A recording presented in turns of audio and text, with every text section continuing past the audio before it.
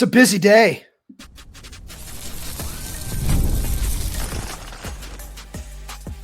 You are Locked On Huskies, your daily podcast on the Washington Huskies, part of the Locked On Podcast Network, your team every day.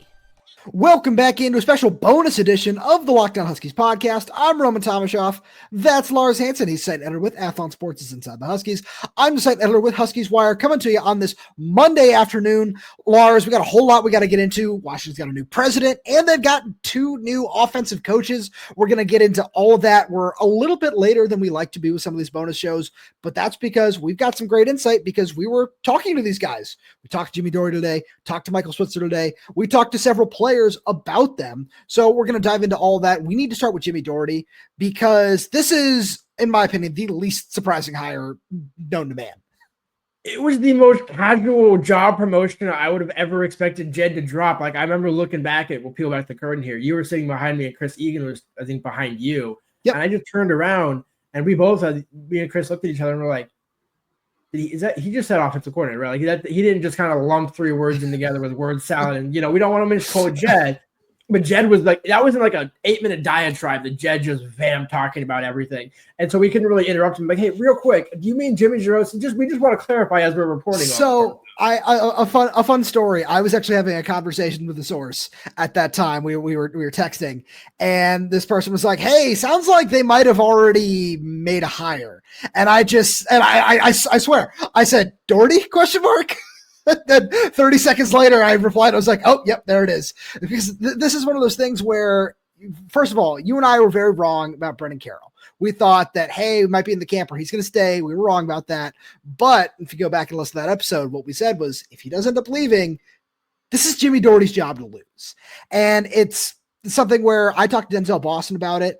And one of the first things he said was, it was the continuity of all this. It's very important to me. It's very important to a lot of us that this is somebody that we're really, really comfortable with. I talked to Jonah Coleman about it as well. And he said, this is a guy who's called plays for us in the past. He called plays for us in the spring game. He already knows what he's doing, what Jedd wants to do, and we're okay with that. And I think that that's something that's really important in all this. It's somebody the players are comfortable with.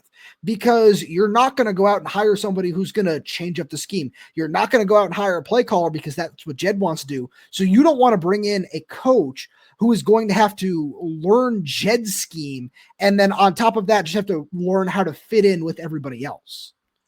Especially with the running start with Demond Williams, right? That's what I talked to Demond about, where how important was it for you to have that continuity? Because it's something Jedd mentioned back in January before the staff changes.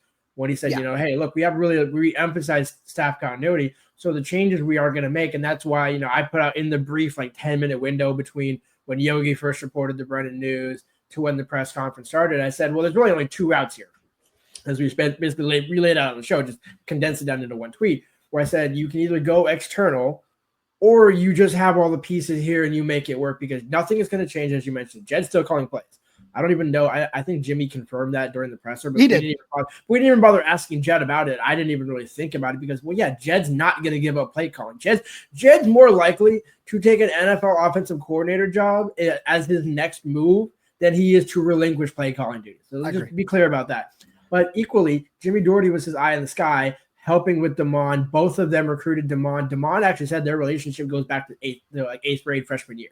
So that's when they really started to emerge. So at this point, and when you think about why we were so kind of hesitant about Carroll leaving, it's like, well, it's early February. It's early in the process. And yes, Pete did just get hired semi-recently, but you don't want to lose a college coach after, your offseason is just getting started. So the only way you can patch that by making it work in the cohesion is just in-house promotions. And Jimmie just basically adds the OC title, which is just a promotion. And worth noting that Tom Pelissero of the NFL Network and quote tweeted my tweet because I didn't know about this. Right. Well, but just saying that he dropped some knowledge that Jimmie Dougherty had NFL opportunities, which is, again, A, not a surprise, but B, this is why it's not just Jedd was lazy in-house. Jimmie could have left.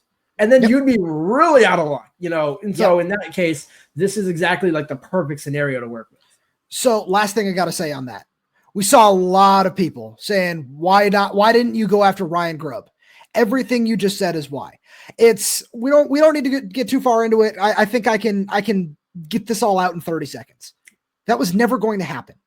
There was never any chance of that happening. And it's not like everything you said just so perfectly ingrains that, where Jedd's not going to give up play calling duties. That's where we are right now. We can have a debate whether, that's, you can go back and look at national championship winners, who is calling plays, who's not. That's a separate discussion for a separate day. But on top of that, whose system do you run? I pose that to anybody, and feel free to reply in the comments. Let us know. Whose system do you run? Are you going to have Jedd, an offensive-minded head coach, on that, Shanahan, McVay sort of tree? Is he going to change his style? And he's going to say, yeah, we're going to run Ryan Grubb's offense, which is very different, a lot of options, a lot of very different things. Or is Ryan Grubb going to say, yeah, I'm going to run Jedd's offense?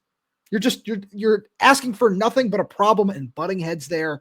It was really never going to work. So I think that's all we can really say about that, because Lars, a lot of continuity with Michael Switzer taking the offensive line job,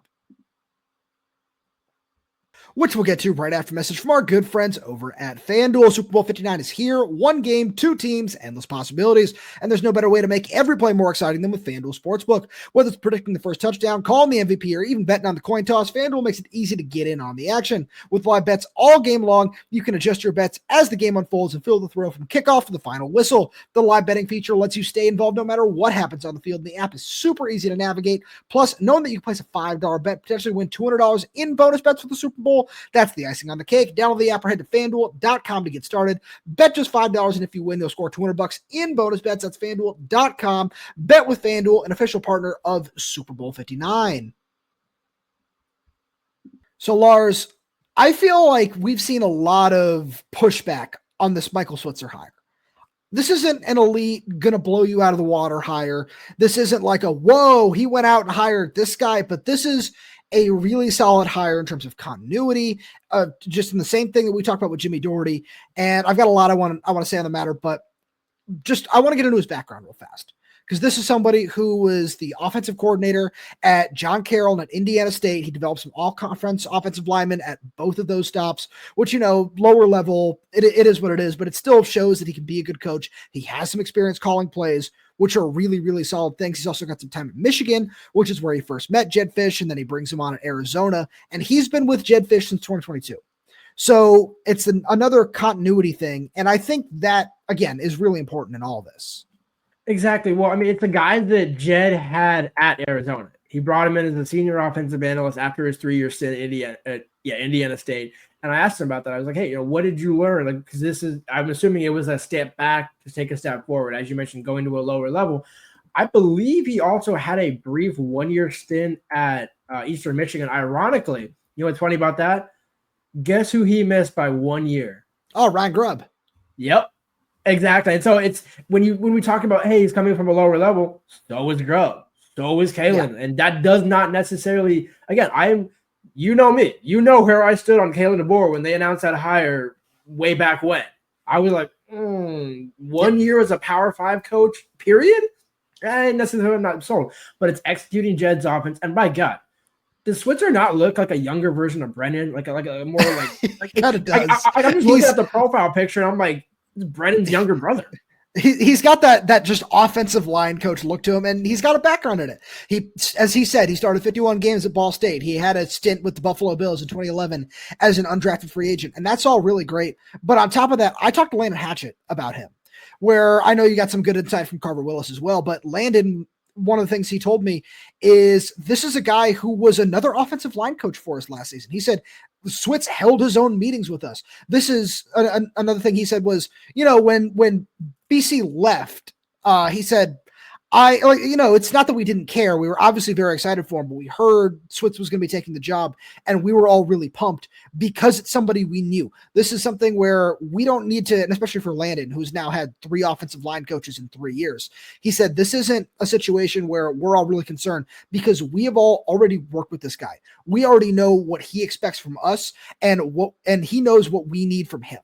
So that's all really positive. And I think that especially on a position like the offensive line, which as Michael Switzer asked, I loved Ryan Switzer, North Carolina, its own side note. But as Michael Switzer did say when he was asked, he said he understood the amount of scrutiny that this group took last season, and he knows what needs to happen in order to move forward. Now he's got to show it on the field, but I think that's a big positive.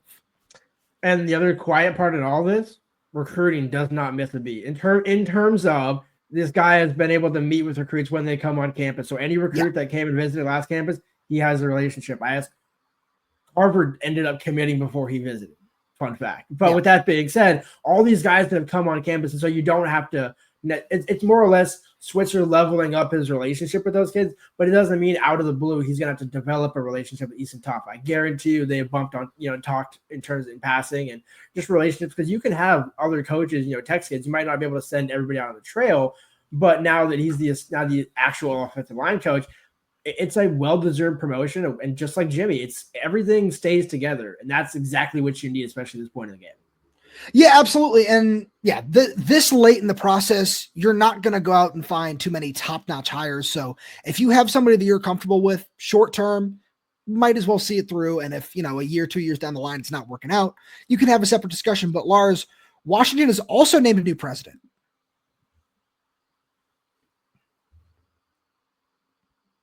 Lars, Monday, as we're sitting there going through everything else, the news just very casually drops that Robert Jones, a chancellor from Illinois, has been named Washington's new president. I'm just going to read this quote real fast from athletic director Pat Chun, which summarizes it very well. I've got a couple great thoughts, and shout out to all our everydayers out there. Go check out what our good buddy, friend of the pod, Coke Greater Than Pepsi, is putting out over there on Twitter. He's retweeting a lot of old interviews from Robert Jones from his time at Illinois in terms of how he feels about sports and how he feels about conference realignment, all that sort of different stuff.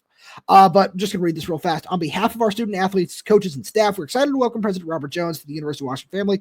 President Jones has an incredible track record of advocating for student development and success, and his leadership will be invaluable in guiding intercollegiate athletics and the communities we serve into the future. I won't, read the whole thing there, but I think that part is really important, because if you go look at his time at Illinois, one guy he was there with was Ryan Walters, and we saw what that program looked like with him at the helm. But he is somebody who is a fierce advocate for sports. And I think that that's something that over the last, 5-10 years, certainly, it wasn't put on the back burner, because you still made the right moves. You got into the Big Ten Conference. You were able to make the college football playoff twice. There was some success. But in this world of college athletics, you need to emphasize sports as best you can. And this seems like a guy who, just on surface value here, seems like somebody who's going to do that. You remember the movie Big with Tom Hanks way back in the day? Yeah. Okay, you remember the FAO sports scene when they're jumping and doing the thing on the keyboard? Yeah. That's like what the president, you're keeping with the rhythm, you're doing the right things, you're not doing nothing, but this is a move that gets you running. This is a Forrest Gump. We're going to take the next step. And so it doesn't slight anything that Anna Marie Castle did or the previous presidents before her. But with that being said, this is something where if you're going to make this move to the Big Ten, and worth noting, Jones was a very big proponent of making expansion. So this isn't a former chancellor who's like, well, I was kind of reluctant against it. There's going to be some quotes that are going to backfire. No, he's always been for it. And I think it's almost like if you're looking at him saying, I now have a premium opportunity in a major market, as Ryan Walters mentioned when he spoke, and the ability with the academic prowess that UW has. Like, this is a perfect job for a president who cares about athletics, not at the spite of academics. This is somebody who will be able to not neglect academics, but understands the importance of the athletics department. Absolutely. And this is something where he's already got a long relationship with Big Ten presidents, where he was the chair of one of their groups for 8 years, which is just an interesting note to throw in there. So long relationship there. And the Big Ten has done a lot to advance itself in terms of athletics over the last 10, 15, 20 years. So having somebody who's been really involved in that is really, really important, and it's something you love to see.